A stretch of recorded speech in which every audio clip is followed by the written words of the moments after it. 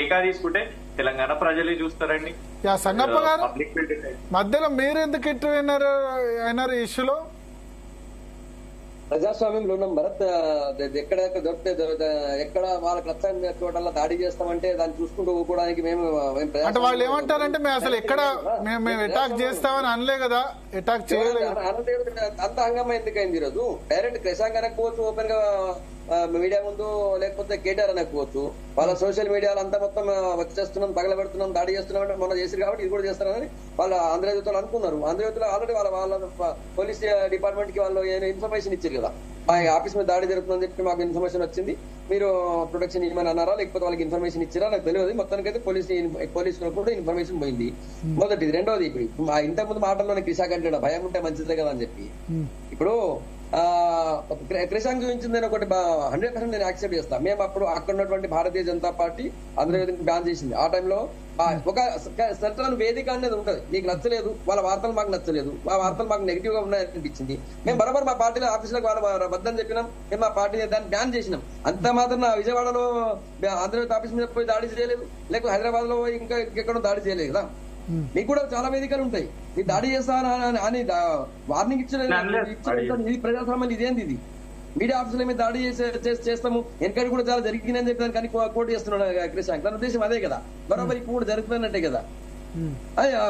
మొన్న జగదీష్ రెడ్డి గారు ఏమన్నారు, మళ్ళొకసారి కేటీఆర్ గారి మీద లేక ఇంకా బీఆర్ఎస్ మీద ఏమైనా దాడి చేస్తామని హెచ్చరించారు కదా. ఈరోజు దాడి చేస్తామని ఇంకా దాడి అసలు దాడి కానే కాదన్నారు, ఇది దాడి కానే కాదన్నారు. ఇది కానే కాదు, ఇంతగా చాలా చూపిస్తామన్నారు కదండి, అన్నారు కదా, ఇంతకంటే చాలా ఎక్కువ చూస్తారన్నారు. రాధాకృష్ణ గారు ఈ రోజు వాళ్ళకి దూరం అయి ఉండొచ్చు, అంతకుముందు బాబా అని చెప్పి కేసీఆర్ గారు అంతా ఎంత కుటుంబ సభ్యుల్లాగా కలిసిపోయి ఆంధ్రజ్యోతి వల్ల ఇంత అయిందని కేసీఆర్ గారు కూడా పొగడలేదా? ఆంధ్రజ్యోతిని పొగడారు కదా. అంటే మొదటి. రెండోది, సందర్భ సదమీయలాగా సంజయ్ గారు మాట్లాడుతున్నారంటే సందర్భ సదమీయలాగా మాట్లాడుతున్నారు. ఒక మీడియా ప్రొటెక్షన్ గురించి మాట్లాడారు ఆయన. ఒక ప్రజాస్వామ్యవాదిగా బరోబర్ ప్రజాస్వామ్యంలో 4వ స్తంభంగా మీడియా ఉండాలి కాబట్టి మీడియాను బెదిరించి మనం నోరు మూస్తాము, భయపెడతామంటే కరెక్ట్ కాదు. ఆ మీడియాకి మేము అండగా ఉంటామన్నాం. అన్న బరోబర్. ఒక చిన్న క్వశ్చన్ భరత్, ఒక చిన్న క్వశ్చన్ చెప్పండి. మరి మొన్న చిత్రగుప్త అని యూట్యూబ్ అది పెట్టుకుని మరి అక్కడ ప్రజాస్వామ్యం అదేం గుర్తురాలేదా? అది పోయి కొట్టించారు కదా మరి బండి సంజయ్ గారి మనుషులు, మీ బీజేపీ వాళ్ళు. బండి సంజయ్ గారు కొట్టించారని ఎవరైపోయి మీకు? బండి సంజయ్ గారి పాత్ర ఏం సంబంధం? ఆయన ఏదో మహిళలకు సంబంధించి ఏదో మాట్లాడితే మహిళలు పోయిన ఏదో అయింది అని కేసు కూడా పెట్టుకున్నారు. వాళ్ళు అరెస్ట్ కూడా చేసినట్టారు వాళ్ళ మహిళల్ని. మళ్ళా అక్కడ ఉన్నట్టు పరిస్థితి పెట్టి వాళ్ళు బయలు తీసుకుని బయటకు వచ్చి ఎట్లా వచ్చారు? దానికి బండి సంజయ్ గారికి ఏం సంబంధం? ఆ యూట్యూబ్ ఛానల్ కి దానికి ఏమి సంబంధం లేదు. మొన్న మహాటి వచ్చి చెప్పినారు, టీఆర్ఎస్ కండవాలు వేసుకుని పోయినారు, చాలా చూస్తారని చెప్పినారు. చిత్రగుప్త ఛానల్ దాడికి బండి సంజయ్ గారికి ఏమాత్రం సంబంధం లేదు. అది వాళ్ళేదో ఊహించుకొని ఎవరో కామెంట్ చేసిండొచ్చు కానీ మాకు సంబంధం లేదు. మహిళల పైన కామెంట్ చేసిందని చెప్పి మహిళలు పోయారు అక్కడికి. మేము దానికి కూడా సమ్మతిస్తలేము, దాన్ని కూడా సమ్మతించలేదు. దాన్ని కూడా ఖండించే అవకాశం ఉండే, అదను ధర్నా చేసే అవకాశం ఉండే. దాన్ని బండి సంజయ్ గారు సమర్థించారా? పోనీ ఆయన చేయించకపోయినా కూడా కరెక్టే, మహిళలపై దాడి జరిగింది కాబట్టి మంచి కొట్టిన అన్నాడా? బండి సంజయ్ గారు ఖండించలేదు కదా.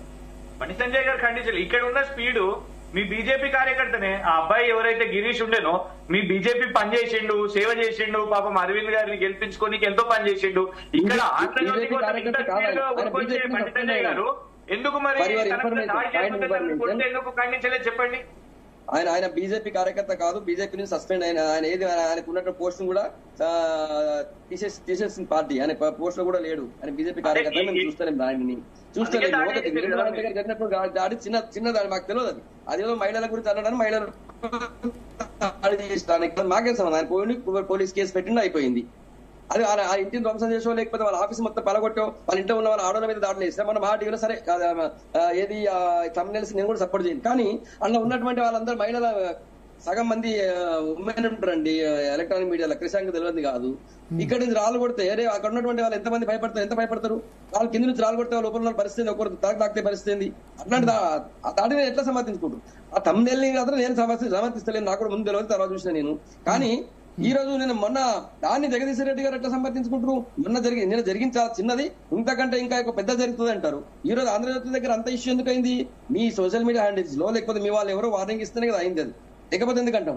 వార్నింగ్ ఇచ్చినప్పుడు మేము బరోబర్ దానికి ఒక మీడియా తెలంగాణ టైంలో తెలంగాణ ఉద్యమంలో ఆయన సమైక్యవాదిగా అయినప్పుడు కూడా చాలా వరకు ఆయన ఇక్కడ రాసిన వార్తల్లో మొత్తం తెలంగాణ ఫేవర్ ఉండే. అఫ్ కోర్స్ ఆంధ్ర రాసిన వార్తల్లో ఆంధ్రాకి కూడా ఫేవర్ ఉండే కావచ్చు, నేను కాదని నేను అని కూడా ఒప్పుకుంటాను. ఎందుకంటే ఆయన 2 చోట్ల పేపర్ పెట్టుకున్నప్పుడు తెలంగాణ ఆంధ్రజ్యోతి హైదరాబాద్, ఆంధ్రజ్యోతి తెలంగాణ, ఆంధ్రజ్యోతి హైదరాబాద్ ఆంధ్రప్రదేశ్ అని రాసుకున్నాడు. సో ఎక్కడిదక్కడ రాసుకుని ఉండొచ్చు, కానీ ఇక్కడ తెలంగాణ చదివే తెలంగాణ పాఠకుడు చదివే పత్రికల్లో మాత్రం తెలంగాణ ఫేవర్ గానే రాసిండు. సో దాన్ని ఉద్దేశించే మాట్లాడినారు. సంజయ్ గారు అని వదిలేసి ఉన్నారంటే వదిలేసి ఎందుకుంటారు? ఆయన చేసే పని ఆయన చేస్తూనే ఉన్నారు. ఆ పనిలో భాగంగా దాని దృష్టికి వచ్చింది మాట్లాడండి అంతే. ఆయన అక్కడ ఉన్నటువంటి ఆంధ్రజ్యోతి రిపోర్టర్ అడిగారు, కరీంనగర్ లో ఒక కార్యక్రమం ఉంటే ఆంధ్రజ్యోతి రిపోర్టర్ క్వశ్చన్ అడిగారు, సార్ ఆంధ్రజ్యోతి మీద దాడి చేస్తారట, ఈరోజు దీన్ని ఎట్లా చూస్తారు మీరు అని మాట్లాడినారు ఆయన.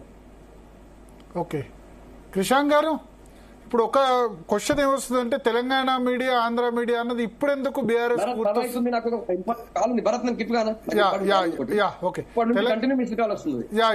తెలంగాణ మీడియా ఆంధ్ర మీడియా అన్నది ఇప్పుడు ఎందుకు గుర్తుకొస్తుంది అని క్వశ్చన్ చేస్తున్నారు కొద్దిమంది. క్రిషాంక్ గారు. భరత్ గారు, నేను ఒకటి చెప్తాను. మన దగ్గర తెలంగాణ రాష్ట్రంలో మేము అధికారంలో ఉన్నా లేకపోయినా చర్చ తెలంగాణ అనేది ఎప్పుడు స్పెసిఫిక్ గా ఏదో అవసరం కోసం తీస్తే కాదు, డెఫినెట్ గా డిస్కషన్స్ అనేటివి ఉన్నాయి, ఎప్పటి నుంచో కూడా ఉన్నది. ఆ డిబేటు ఉంటూనే ఉన్నది. అది ఒక్కొక్కసారి ఎరప్ట్ అవుతూ ఉంటది, ఒకసారి సబ్లైమ్ ఉంటది. అసెంబ్లీలో కూడా మాట్లాడిన సన్నివేశాలు ఉన్నాయి. కేసీఆర్ గారి కొన్ని ఎట్లా రాధాకృష్ణ గారిని అపోజ్ చేస్తూ మాట్లాడినవి కూడా ఉన్నాయి. పార్లమెంటు ఎలక్షన్స్ అప్పుడు కూడా ఆయన ఎట్లా విష ప్రచారం చేస్తూ ఉంటాడో కూడా అనేది ఉన్నాయి. So Telangana media Andhra media ఇప్పుడే కొత్తగా వస్తుంది చర్చ. ఐ డోంట్ థింక్ తెలంగాణ అనే ఆ సెంటిమెంట్, ఆ డిస్కషన్, ఆ డిబేట్ ఒక నివురు కప్పిన నిప్పు లాంటిది. అది ఎప్పుడైనా కూడా ఎక్స్ప్లోడ్ మీరు కన్వీనియంట్ గా వాడుకుంటున్నారు తెలంగాణ అస్తిత్వాన్ని అని, ప్రధానంగా కన్వీనియంట్ గా వాడుకుంటుంది బీఆర్ఎస్. ఇప్పుడు ఆయన ఏమన్నారంటే తెలంగాణ అస్తిత్వం అన్నారు, కానీ ఎక్కువ గ్రేట్ హైదరాబాద్ లో గెలిచిందంటే బికాస్ ఆఫ్ ఆంధ్ర ఓటర్సే కదా, నార్త్ ఇండియన్ ఓటర్సే కదా, నాన్ తెలంగాణ ఓటర్స్ తోనే గెలిచింది కదా ఎక్కువ అని ఆయన రాశారు నిన్న ఎడిటోరియల్ లో. భరత్ గారు 1947 కంటే ముందు దేశ స్వాతంత్రంలో ఎంతో మంది కొట్లాడారు. కానీ గాంధీ కుటుంబం, రాహుల్ గాంధీ గారి కుటుంబం ఆ దేశ స్వాతంత్రాన్ని ఇప్పటికీ కూడా క్యాంపెయిన్ చేసుకుంటూ వాళ్ళ అజెండాగా పోతూ ఉంటారు. సేమ్ థింగ్ భారతీయ జనతా పార్టీకి వాళ్ళు స్ట్రైట్ గా ఒక మతాన్ని ముందుకు పెట్టుకుని వాళ్ళు ఒక ఐడియాలజీని తీసుకుంటారు. మేము తెలంగాణ కోసం కొట్లాడిన పార్టీ మేము ఎందుకు వదిలేసుకోవాలి మా అస్తిత్వాన్ని? చెప్పండి. కన్వీనియంట్ అని కాదు, దట్ ఈస్ అవర్ ఐడెంటిటీ. ఏనాడు వదిలేసినని చెప్పండి. మేము తెలంగాణ గురించి మాట్లాడడం, తెలంగాణ గురించి మేము ఇక వదిలేస్తాం, మేము కేంద్రంలో తెలంగాణ గురించి కొట్లాడము, మేము అది మాది కాదు అని మేము ఏనాడని లేదే. ఏ సభ పెట్టినా మాది మొదలయ్యేది జై తెలంగాణ నినాదంతోనే, చివరిగా మేము మాట్లాడేది కూడా జై తెలంగాణ నినాదమే. That is our slogan. సరే, ఇప్పుడు మీరు మహా విషయంలో అంటే బిలో ది బెల్ట్ థంబ్నెయిల్ పెట్టారని బహుశా మీకు ఉండొచ్చు. బట్ ఇప్పుడు ఆంధ్రజ్యోతి విషయంలో ఏంటి, కన్స్ట్రక్టివ్ క్రిటిసిజమే కదా ఒపీనియన్ అన్నది. చూడండి, మేము అటాక్ కూడా చేయలేదు కదా. ఇంకా సోషల్ మీడియాలో డిఫరెంట్ భయపడితే మంచిదే కదా అది అని అంటారు కదా. మాకు అసలు అటాక్ చేసే ఉద్దేశం లేదు. నేను భయపడితే మంచిదే కదా అని ఎందుకన్నానంటే, అట్లా ఇమీడియట్ గా పోలీస్ బందోబస్తు ని పిలుచుకోవడం, ఇమీడియట్ గా ఎంఓఎస్ హోమ్ ని రంగంలోకి దింపి మాట్లాడడం, ఇప్పుడు నేను నా పాయింట్ ఆఫ్ వ్యూలో డబుల్ స్టాండర్డ్స్ అనిపించింది. ఎందుకంటే బీజేపీలో పనిచేసిన వ్యక్తిని వాళ్ళు పొయ్యి కొట్టిస్తారు, అది చర్చ జరిగింది, వాళ్ళ పార్టీలోనే చర్చ జరిగింది, కొట్టిస్తారు.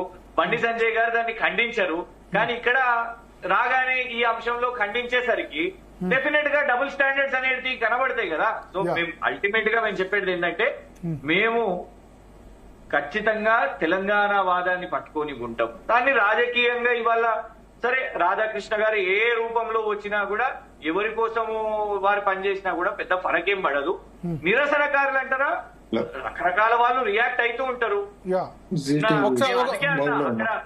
న్యూస్ జరిగిన దగ్గర కూడా నిరసననే, దాడి కాదు. ఎందుకంటే బీఆర్ఎస్ దాడి చేస్తే మిలియన్ మార్చు, సాగరహారం, మాకు ఎన్నో ఎక్స్పీరియన్సెస్ ఉన్నాయి కదా భరత్ గారు, మీకు కూడా తెలిసిందే. ఉద్యమంలో మీరు మా దగ్గరనే ఉండి చూసిన వాళ్ళు క్యాంపస్ లో, ఆ ఫోర్స్ లో మేము ఇంకా దిగలేదులేండి, ఇప్పటికీ దిగకూడదు. మిలియన్ మార్చ్, సాగరహారం అందరూ ఉన్నారు కదా, పీడిఎస్, ఏబీపీ, ఎస్ఎఫ్ఐ.